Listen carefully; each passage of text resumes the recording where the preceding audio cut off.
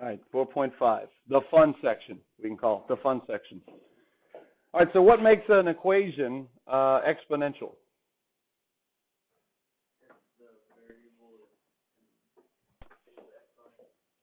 Yeah, if we have a variable in the exponent and a numeric base. And of course, to be an equation, there has to be an equal sign, yes?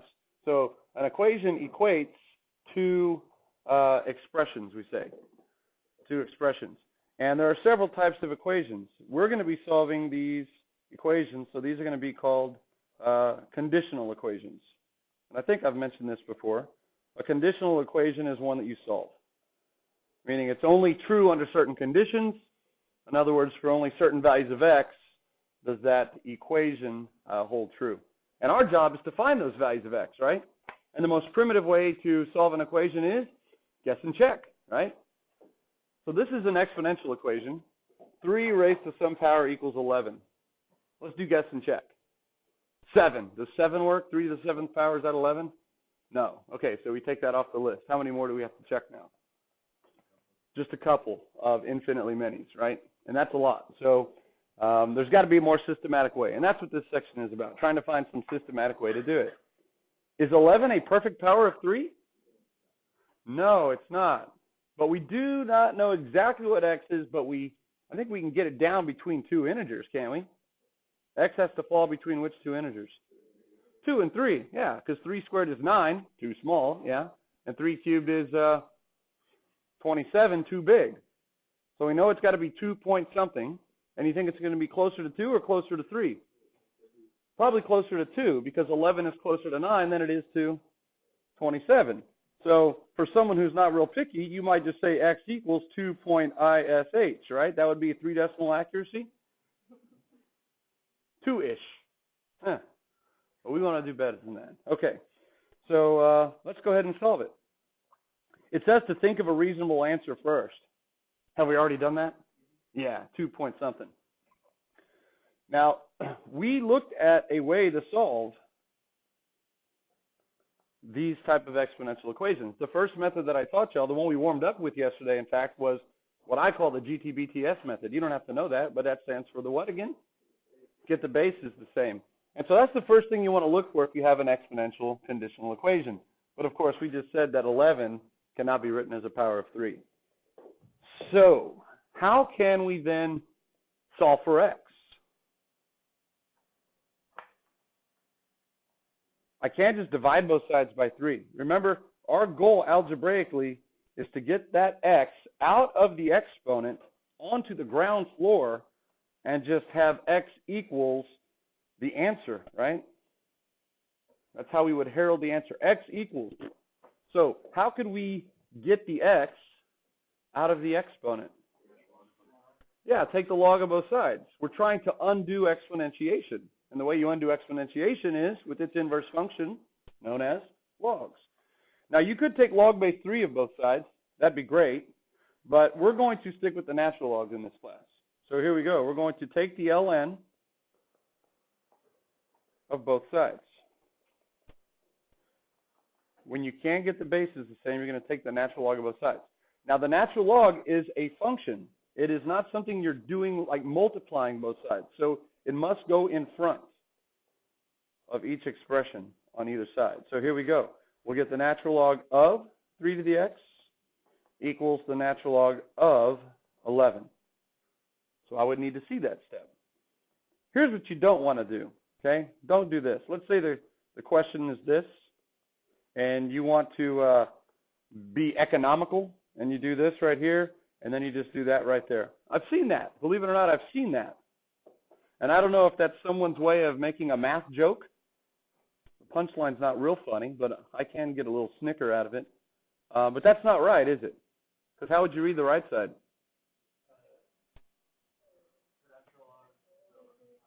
You would read the right side as the natural log to the 11th power? Oh, you would say you would bring it up? Yeah, you would bring it up if there was something there. Here's the thing.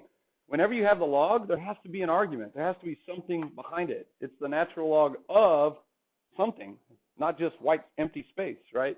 So that makes no sense. 11 times ln makes no sense. Not even in an English class. Huh?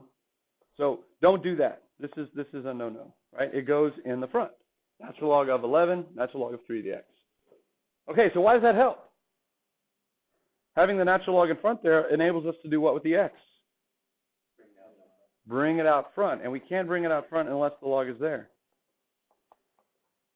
So essentially we linearize the left side. Now it seems like it's pretty easy. The natural log of 3 is just a number, isn't it? We don't know exactly what it is, but it is a number. So all we have to do now to solve for x is undo multiplication. And of course, this goes back to algebra 1. How do you undo multiplication? Divide. So if you divide both sides by the natural log of 3, which I'll go ahead and show it here. You don't necessarily have to show this step, but it is fun to show it because you can do what with the L and the 3's now? They do what? Divide out. Good. And you're left with the natural log of 11 over the natural log of 3. Now this right here is the simplified exact answer. If you're building bridges, you don't want 2-point-ish, right? Because I don't want to drive on that bridge. So you would carry around this exact number, which is pretty portable and pretty exact. And if you needed to see what it is, then you can pick up your handy-dandy calculator. In the olden days, there were other ways to come up with approximations, but it required looking at tables of pre-printed values, which is not very fun, is it? So go ahead and pick up your calculator if you have one. You don't necessarily need one. But just out of curiosity, we want to see what that number is. And of course, we already know it's got to be about what? 2-point-ish, right? So I'm loading my calculator. I'm just going to get rid of the box. 2.13, one more decimal. 183. Oh, 183. Okay, good. I'm going to remodel the 3. There you go. So cool. I don't even need my calculator. I'll let y'all help me with that today. Appreciate it. 2.183. Oh, there goes my calculator trying to butt in. So there you go. Whenever you're reporting a non-terminating decimal, what's the rule? How many decimals do we report? 3. You always have a 3-decimal accuracy. We don't do sig figs or anything. And do you round or truncate in here? Either one. Which one saves energy? Truncate, yeah. So just chop it off. You don't even have to round. So 2.183, exactly as we thought, right? It's 2 point something and it's closer to 2 than it is to 3. Nice. Okay, y'all think you can handle that? It's a pretty easy little way to algebraically solve for x and get an exact answer. Okay, so we've already talked about the GTBTS method. Let's look at some of these on example 2. That method that we just did works every time, but sometimes it's not necessary. So the first thing you should do when you see an equation like this on example 2a, which is exponential, is try to get the bases the same. Because if you can, you're not even going to need the calculator, and you're going to come up with an answer at the end that doesn't involve natural logs. So this, first of all, is an exponential equation. We got 2 bases, 9 and 27, and they both have variables in the exponents. And it's a conditional equation, which means the instructions are what? Solve. Okay, solve. Solve for x. You could take the natural log of both sides, but being astute as y'all are, you know that 9 and 27, can we write 27 as a power of 9? No, but we can write both of them as a power of 3, all right? So if you can't write one in terms of the other, then look for a common base that you can write both of them as. And we did this yesterday at the warm-up, so this is old hat right now. Piece of cake. Now remember, inch by inch it's a cinch, mile by mile it's a trial. So don't try to do too many steps in one step or you'll make a careless mistake. So what I did is I put the 9 essentially and 27 in parentheses and just replace them with what they are in terms of powers of 3. Now I will go ahead and simplify. The left side, when you raise a power to a power, you multiply. So you get 3 to the 2 times 2x is 4x. Right? 2 times 2x is 4x. And on the right side, 3 times the quantity x minus 1, we're going to have to do what with the 3 and the x minus 1? Distribute. So you could go ahead and distribute right there. Guess what the most common mistake is for students to do? That right there. 3 times x minus 1. They don't distribute, and they don't put parentheses there, so be careful. All right, now I have 3 to the something equals 3 to the something, and because exponentials are 1 to 1, now we can equate just the exponents. And like we saw yesterday, we're back in Algebra 1 land, which might have been a happy land. We solve for x, we bring the 3x across, and we get x equals negative 3. 4x minus 3x is 1x. And there's the answer. Nice number. Not even in terms of the natural log. And of course, if you weren't sure if that worked, what could you do? Check it, right? Y'all hopefully are in the habit of checking. At some point, you get so confident with your work, though, you don't need to check. You can let someone else check if they're interested. Did everyone get negative 3? We could do it democratically. Okay, so that must be the answer then. Okay, cool. All right, I'm going to let you try this one.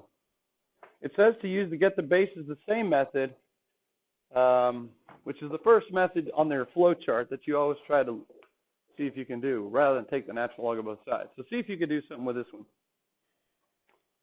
Give you a couple minutes to approach it, acquaint yourself with it, maybe slay it.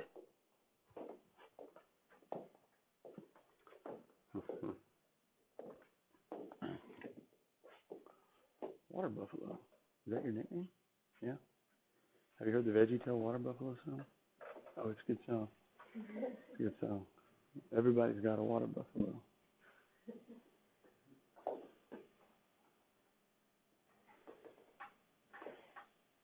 The instructions say to use the get the bases the same method, so there must be a way to do that.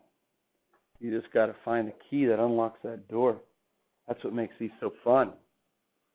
Y'all are mathematical sleuths.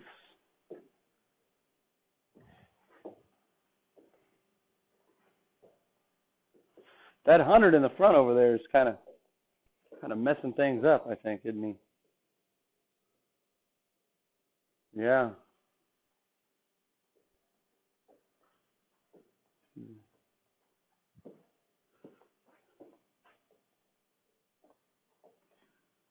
Okay, yeah. So we've encountered a problem now that doesn't quite fit the form that we're used to, and so we kind of can't just fall back on the same recipe necessarily. We have to modify our recipe. Okay, look at the exponential piece. There is a variable up here, right? It's x divided by 4. So the base is 1/5. So notice that this base here can be written as a power of 5, right? 1/5 is 5 to the negative first. But 4 can't be written as a power of 5 very, very easily, right? And 100, is 100 a power of 5? No, it's not. So I think 5 is going to be the base, but how do I deal with this 100 and this 4? Divide by 100. Yeah. This is a coefficient. This is like our a value of your exponential. If you divide both sides by 100, I'll just leave this the same for now. You get 4 over 100. Now that doesn't seem to be helpful at the moment, but 4 over 100, when you simplify it, becomes 1 over 25. And now a smile comes upon your face, right? Because now you know that you're going to get this problem right. Because now you have something on the left that can be written as a power of 5, and 1 over 25 could also be written as a power of 5. Now, you could also choose to write both sides in terms of 1/5 if you want, right? Let's do that. The left side is already 1/5, so we'll leave it. I can write 1 over 25 as 1/5 to the second power. 1/5 times 1/5 is 1/25. There you go. So now you have 1/5 to the blob equals 1/5 to the blob. Therefore, the blobs must equal each other. Blob equals blob. In this case, x over 4 equals 2. And now we're rounding third, heading home. The ball's in the outfield. We are going to score. We multiply both sides by 4, and we get 8. Cool. 8.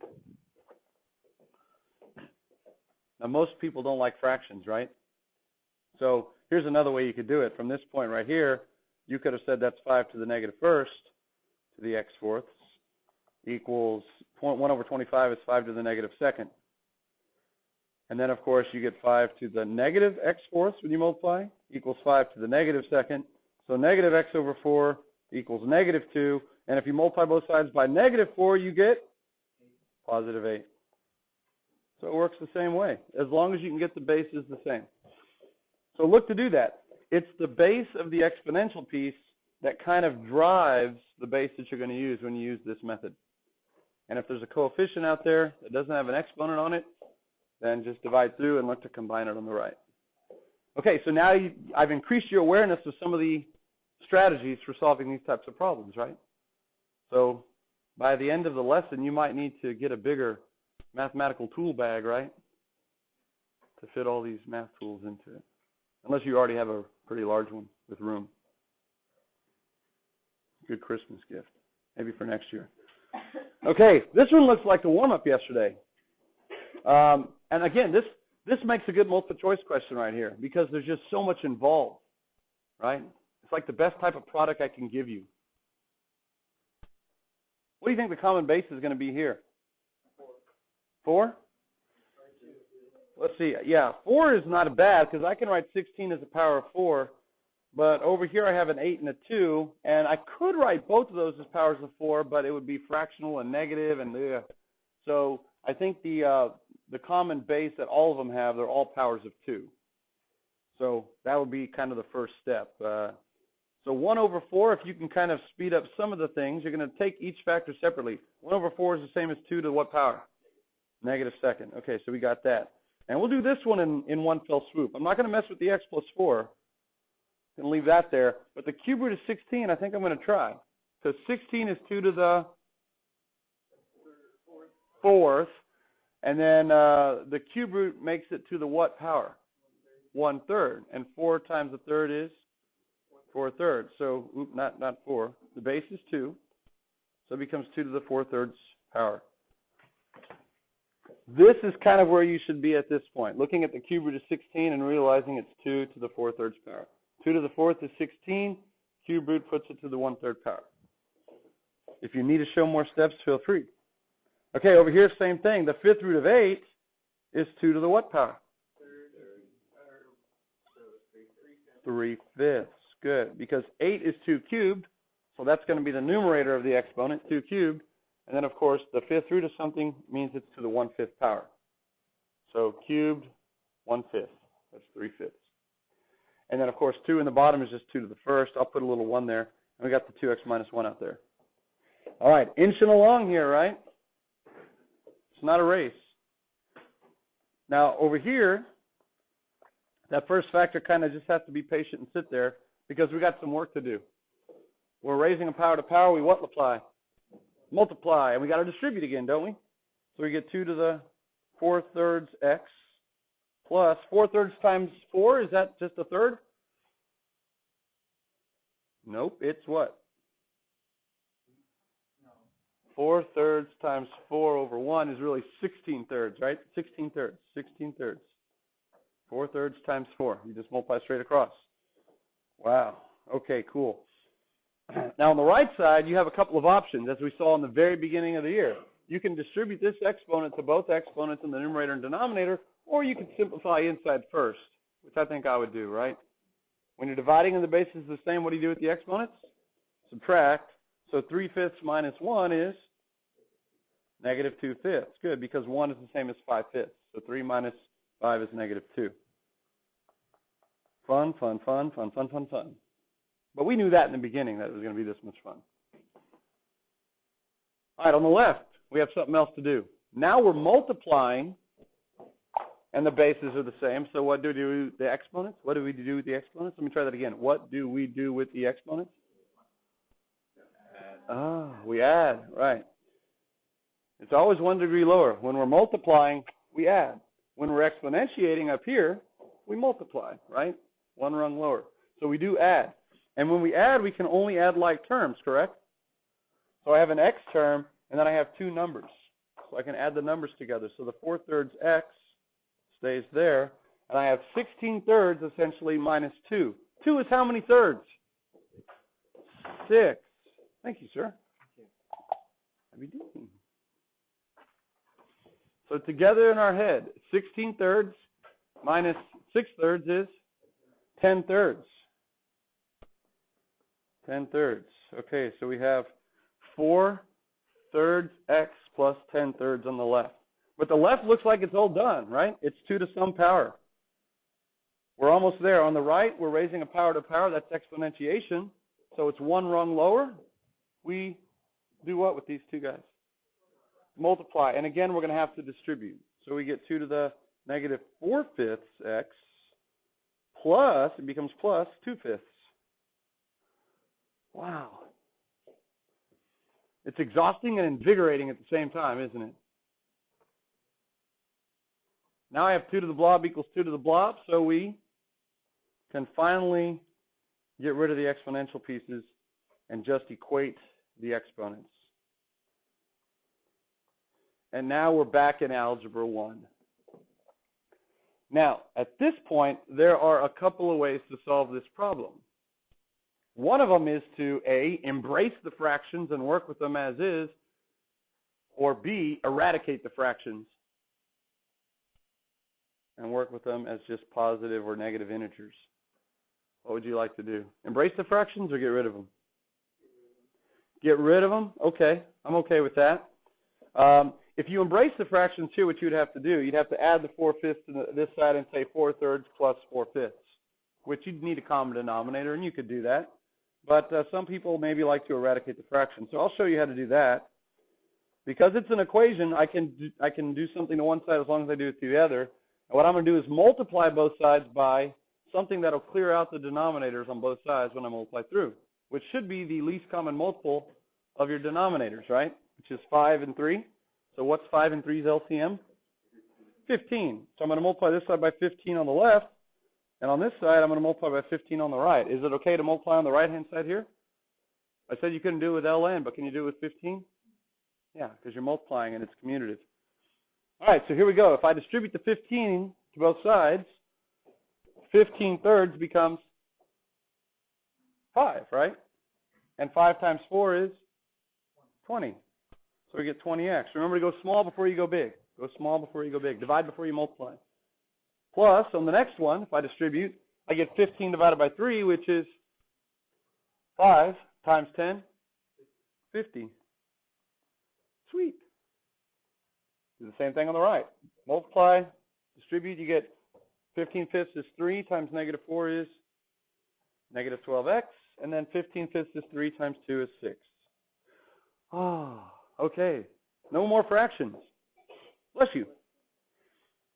All right, now we can just collect like terms. I will red rover, let negative 12x come over to the left side, and we'll bring 50 over there to that side. So I get 20 plus 12, which is 32x. Ooh, that's a funky 2. There you go, 32x. And on the right side, I bring the 50 across, and I get 6 minus 50, which is negative 44. And all we have to do to solve for x is divide through by 32, and you get negative 44/32, which, of course, if you look at the New Year's resolution up there, at the very top of the board, the math New Year's resolution is I will be better about canceling terms, dividing out factors, and simplifying expressions instead of leaving my clutter all over the place. Good math New Year's resolution. So let's go ahead and do that. Let's simplify 44/32. What goes into both of them? 1? That doesn't help. 4 does. 2 does. If you do it twice, that's fine. 4 goes into it. It's 11/8. There you go. So if you just saw that they were both even and you divided out of 2, you would do it again. So negative 11/8. Woo! And of course, we can plug it back into the top and check to see if it works. But we don't need to. If y'all all got that answer, I don't think we need to. That would be a task in and of itself, just plugging it in to check. So I guess do it right the first time, right? Slow and steady wins the race. Inch by inch, it's a cinch. It's a good problem right there. I like it. Okay, ready to move on, or questions on this one? Any comments on this one? Okay. Example 3. It just has to solve the following equations. Give a simplified exact answer and a 3-decimal approximation. So we'll be going to a calculator here. All right, exponential equation. Why? Variable in the exponent. We got a numeric base, right? A numeric base, e, right? What is e? 2.7-ish. That's all you need to know. Yeah, it is a numeric base. Okay, let's try and get the bases the same first, because that's the easiest method, really. My base on the left is e. Can I write 30 very easily as a power of e? No. The 9 also I can't write as a power of e. If I divide through by 9 like I did up above, 39ths, is that a nice number? Not really. And could I write 39ths very easily as a power of e? No. So in this case, the GTBTS method is not the best method. If only there were another way to somehow solve it.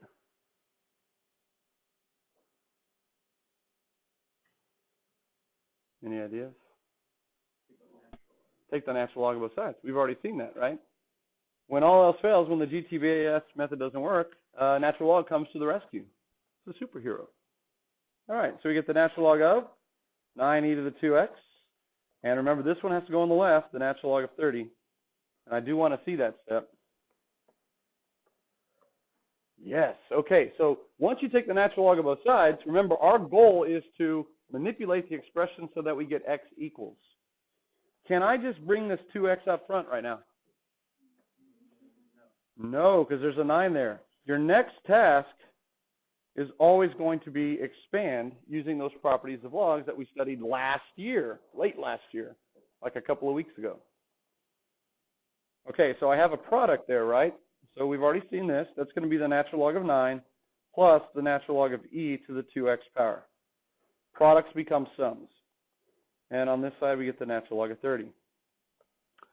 Now, there's two ways you can work with this piece here. We have the natural log of e to the blob. What is the natural log of e to the blob? It's just the blob, right? And I'll rewrite that property right here. This is the property that we just used. The natural log, or in any case, log base b of b to the x is just equal to x. And it works the other way around as well. B to the log base b of x equals x, simply because logs and exponential functions are inverses of each other. So that's one way to do it. The other way to do it, to get from here to here, is to think like this. And I'll write it off to the side. If you have the natural log of e to the 2x, you can bring the 2x out front and call it 2x times the natural log of e. But what is the natural log of e? 1. Okay, and 1 times anything is itself. So that's another way to arrive at the same step.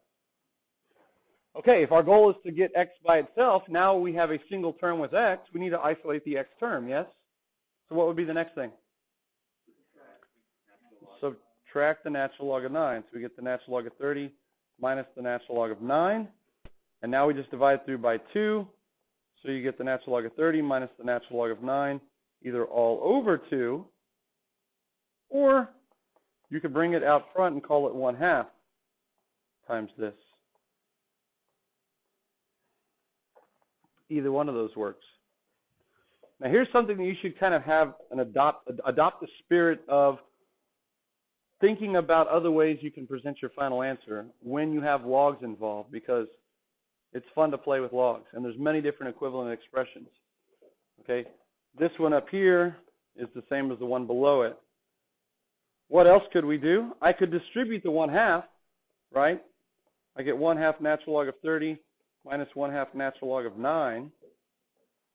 That works, right? And the whole reason maybe to do that is so we could do what with the 1/2?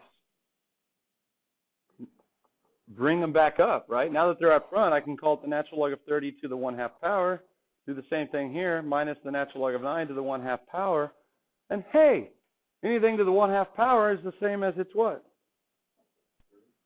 Square root. So that's the same as the natural log of the square root of 30 minus the natural log of the square root of 9. Whew.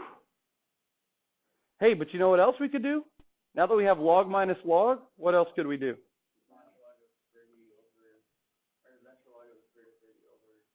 I can condense it, right? I get the natural log of the square root of 30 over the square root of 9. I can condense, right? That's this property here.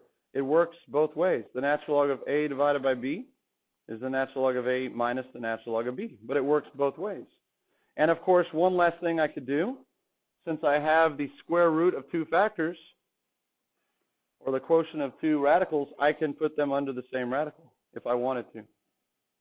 I can do that. And because that's all to the 1/2 power, I could just do this. There's lots of different ways to write the final answer. Now, how would you know which way to put your final answer in if it were a multiple choice question? You'd have to match it to an answer that's there, right? So the previewing the answer choices kind of informs what you could do. If it were a free response question, of course, I would accept any of those answers. I would accept any of these right here. Okay. Finding out what it is as a decimal is almost anticlimactic. Do we really even care to see what it is? The instructions say to find a 3 decimal equivalent. Let's go ahead and do that. I'll do this one with you. If you have a calculator, feel free to grab it. I don't think it's worth maybe jumping up here and getting one. But I'll go ahead and type it in.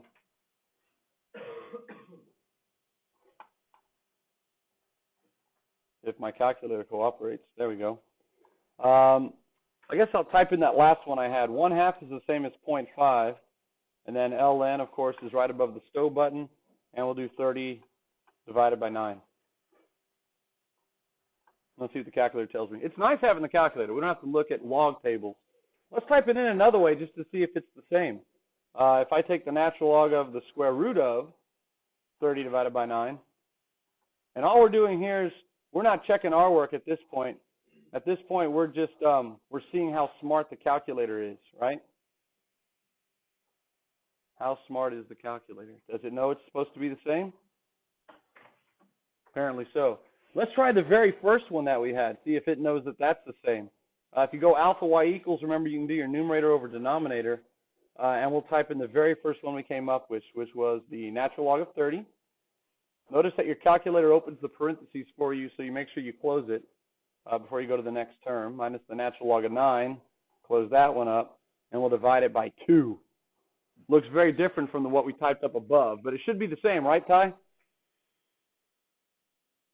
Yes, very good. Way to go, Ty. Hey, calculator's pretty dang smart. Way to go, calculator. Now, is there a way to check our answer if we have the calculator at our disposal? We know that our answer that we typed in appears to be the same after we got the answer, but is the answer itself true? Well, let's see. I'm going to hit stow right above on. There's a stow button, and I'm going to store that as alpha A rather than X. So what your calculator does is it stores all the decimals that it calculated in the full decimal glory. And what we can do now is we can go back up to the original problem, and we can plug it in and see if it works. Okay, so here's the original problem. 9e to the 2x equals 30. Let's go 9 times e, which is second ln, to the 2 times x, which we stored as alpha a. And it should give us a number that either equals 30 or is really, really close to 30. All right? Fingers crossed.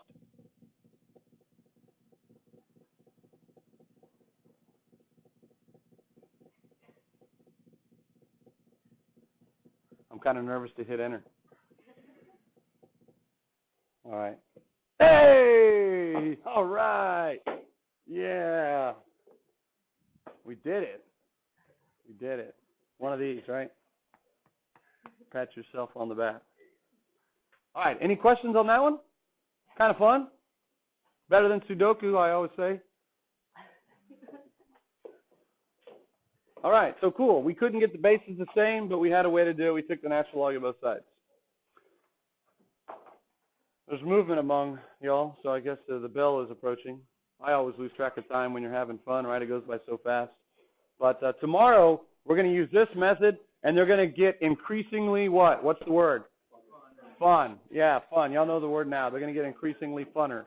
Yeah, and you could say funner, right? It's a poetic license, right? They're going to get more funner.